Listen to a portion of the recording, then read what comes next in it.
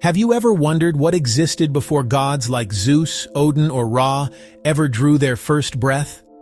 Not the myths, not the legends, but the beings who came before creation had rules, before life had shape, before time even ticked its very first second. Because here's the strange truth most mythologies quietly agree on. Long before the gods we know, the thunder throwers, the world shapers, the heroes and monsters, there were older forces, darker forces, vaster forces, untouchable, unstoppable, unimaginable forces, the primordials, being so ancient that calling them gods almost feels insulting, as if language itself isn't big enough to hold them. And here's the twist that hooked me while researching this video. Across cultures, Greek, Egyptian, Hindu, Sumerian, Japanese, Norse, these primordial beings share eerie similarities, as if humanity looked into the unknown and somehow, across thousands of years and thousands of miles, saw the same thing staring back. Today, we're diving into the primordial gods of old. The ones who shaped existence, defined reality, and in some stories, still lurk behind the curtain. And trust me, the final one on this list is something most people have never even heard of, but once you do, you won't forget it.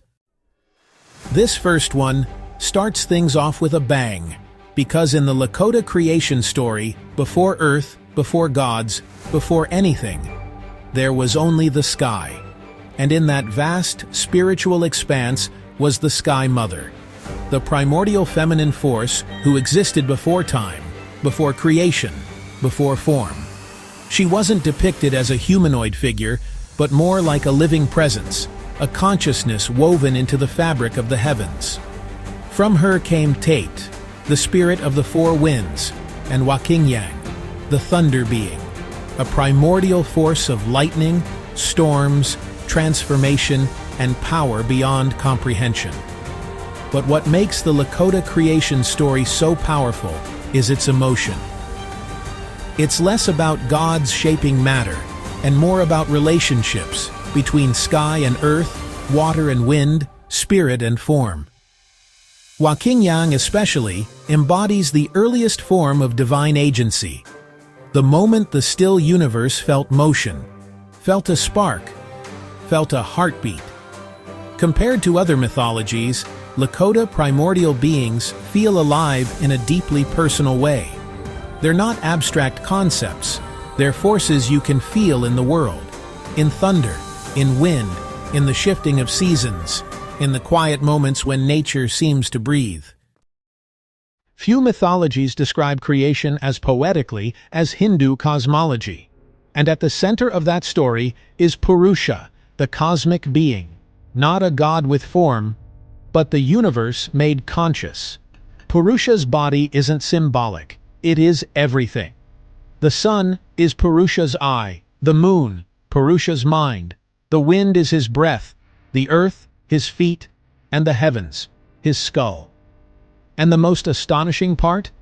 Creation unfolds when Purusha allows himself to be sacrificed.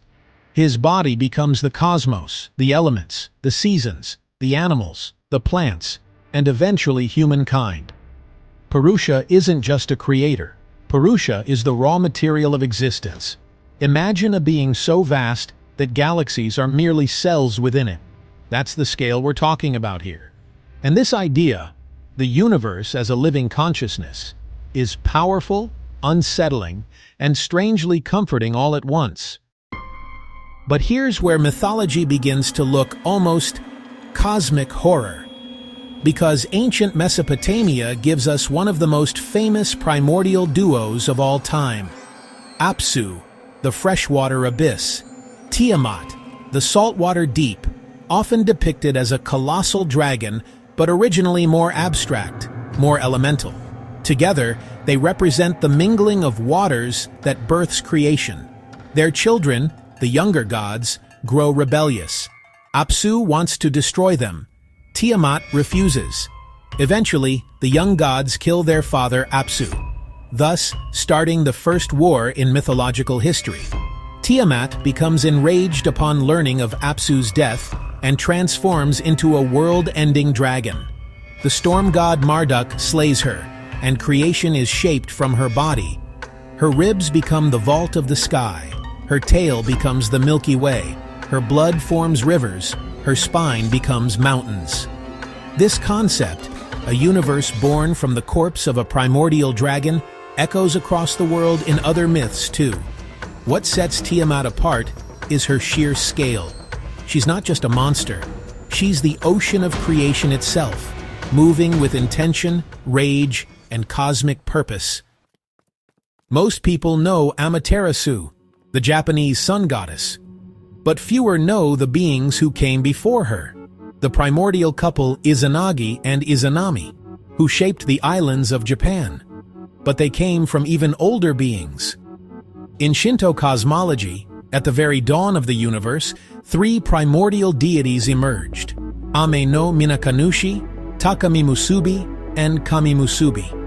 Collectively, they are known as the 3 creating deities, and they existed before form, before earth, before even the idea of light. These beings did not have shape. They were consciousness, will, and potential, just drifting in the earliest moments of heaven. Their existence is brief and subtle in myth, but honestly, incredibly important. Because without them, nothing, not gods, not land, not sun or moon, could begin. They represent the thought before the act, the idea before the creation, the dream before the awakening. And that's as primordial as it gets. And now we reach a primordial so vast it wasn't even seen as a god, but as reality itself. Meet An, not a deity with a body, not a being with a personality, but the sky itself made divine. In Sumerian cosmology, An is not a ruler, An is structure, the very shape of the universe, the ceiling of reality, the cosmic dome separating the heavens from the earthly realm. From An came the concept of kingship, the authority of gods, the laws of creation, and the right of order over chaos. And here's the chilling detail. And doesn't speak, doesn't intervene, doesn't punish, doesn't bless, because you don't negotiate with the sky. You exist beneath it. In the ancient world, An was not worshipped. He was simply accepted, a presence older than everything, operating at a scale no mind could comprehend. Now this one might surprise you, but stay with me. Before Odin, before Ymir, before giants or gods or worlds, there was Audhumbla, the primordial cow. At first glance, it sounds almost cute, but the more you look at the myth, the more incredible, and honestly, a bit unsettling, she becomes. Audhumbla nourished Ymir with milk, but she also performed a second stranger act. She licked the ice, and as she did, she uncovered a shape buried deep within it. A being trapped before time. That being was Buri, the progenitor of the Norse gods. So think about that. A cosmic cow didn't just provide life. She revealed the first god. She uncovered creation itself. Audhumbla symbolizes something profound. That creation sometimes arrives gently, softly, quietly, not through violence or war or chaos, but through nourishment and care. A reminder that even the oldest myths contain tenderness. And now, the one that changes everything. Because while most mythologies describe a beginning, Hindu cosmology describes something even older. Before the universe exists, before time cycles begin, before gods like Brahma, Vishnu, and Shiva emerge, there is a state called the Kāraṇa Ocean, also known as the causal ocean. And it's not an ocean like water. It is an infinite metaphysical sea, a boundless reservoir of pure potential where universes are born. Here's the part that blows my mind every time. Within this ocean, Vishnu lies in a state of cosmic stillness, and from his breathing, simply by existing, bubbles rise to the surface. Each bubble is a universe, each one containing its own time, its own gods, its own cycles, its own eventual destruction. This isn't one universe.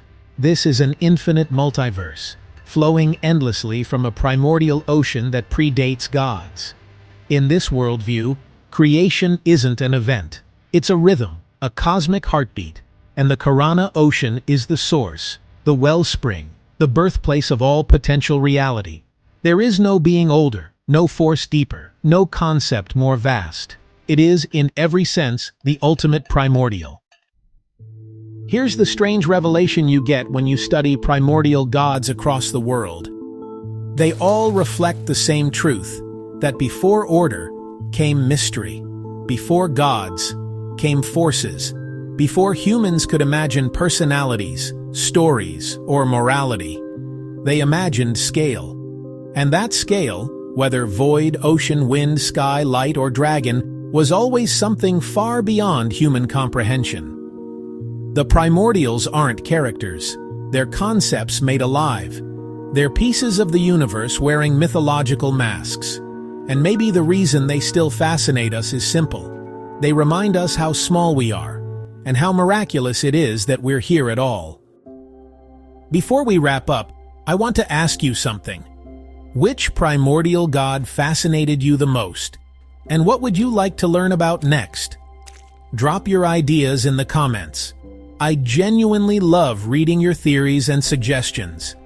This channel is better because of your curiosity. If you enjoyed this journey into the primordial gods of mythology, make sure to like the video, comment, and subscribe so you don't miss the next deep dive. Thank you for being here. Thank you for watching. And until next time, remember, before the gods, before creation, there was mystery, and we're just beginning to uncover it.